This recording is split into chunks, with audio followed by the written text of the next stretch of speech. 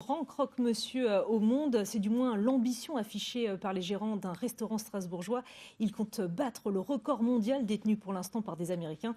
Pour cela, ils ont mis au point une technique infaillible, cuire et souder les morceaux de pain au fer à repasser. Anne-Laure Herbé, Valérie Ruisseau. Il fallait bien un record du monde pour voir des hommes en série, armés de fer à repasser. Vous avez déjà tenu un fer à repasser avant ça ou pas? Difficilement. C'est l'amour du croque avant tout. Je mange des croques depuis que je suis enfant et je ne me voyais pas rater une occasion pareille, évidemment. Objectif de la vingtaine de bénévoles, battre le record du monde, 8 mètres carrés du plus grand croque-monsieur détenu pour l'instant par des Américains. L'ancien record, c'est parce qu'il était limité par la taille de son four. Et là, on s'est dit comment on va le battre. Et du coup, on superpose les pains ensemble et on les soude au fer à repasser.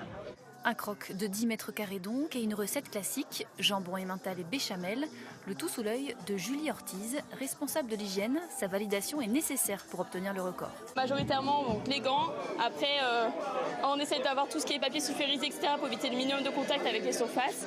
Et voilà, après c'est se laver les mains pour tout le monde. Un bon coup de com' pour le restaurant. Le concept des croques et de la bière est né de l'association de ces deux-là, ingénieurs et cousins dans la vie. Nous, on voulait faire un bar, mais avec une offre de restauration assez qualitative, assez sympathique. Mais vu qu'on n'est pas cuisiniers tous les deux pour un sou, on s'est dit qu'il fallait quand même faire quelque chose d'assez facile, d'assez rapide. C'est de là que le croque-monsieur nous est venu. Nicolas et Simon ont même fait breveter cet appareil à croque qu'ils ont inventé.